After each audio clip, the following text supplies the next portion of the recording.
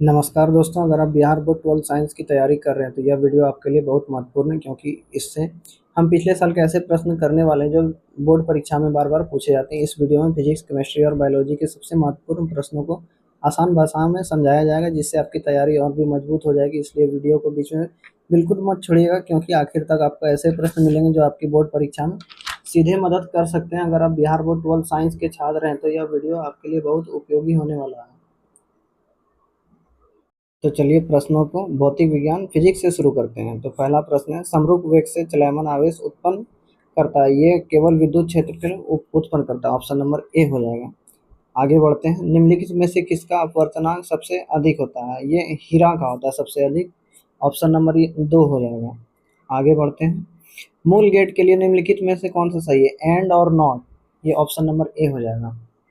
आगे बढ़ते हैं, किसी शुष्क सेल का विद्युत वाहक बल लगभग होता है, ये होता है 1.5 वोल्ट होता है। Option number A. आगे बढ़ते हैं, चलिए।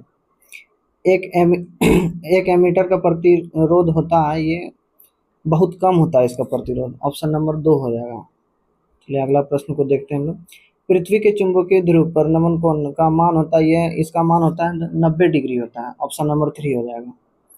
आगे बढ़ते हैं, प्लांक स्थिरता की विमा है, ये हो जाएगा ml² t-1, ये हो जाएगा ऑप्शन नंबर 1 हो जाएगा।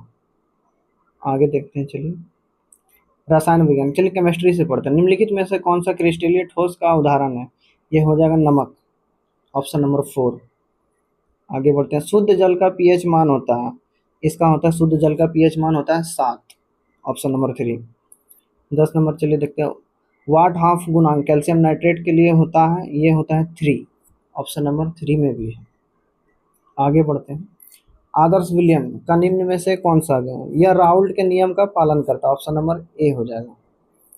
आगे बढ़ते हैं, चलिए निम्नलिखित में से कौन सी गैस एकल परमाणविक होता है? ये होता है हीलियम। हीलियम जो है वो एकल परमाणविक होते हैं।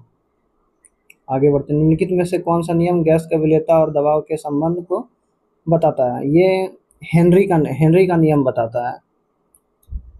चलिए आगे देखते हैं हम लोग, मानव युग्मों में गुणसूत्रों की संख्या होती है, ये 23 युग्मों का होता है, ये 23 जोड़ी होता है। आप जो भी बोल सकते हैं। ऑप्शन नंबर 2 हो जाएगा। 15 नंबर चलिए क्वेश्चन करते हैं, मेडल ने अपने प्रयोग के लिए किस पौधे को चुना था? उसने मटर के पौधे को चुना था, ये हो जाएगा ऑप्शन नंबर 2 हो जाएगा। चलिए अगला प्रश्न को देखते हैं, निम्नलिखित में से कौन सा सिंड्रोम एक्स गुणसूत्र की कमी के कारण होता है? ये होता है टर्नर सिंड्रोम, ये हो जाएगा ऑप्शन नंबर 2 हो जाएगा।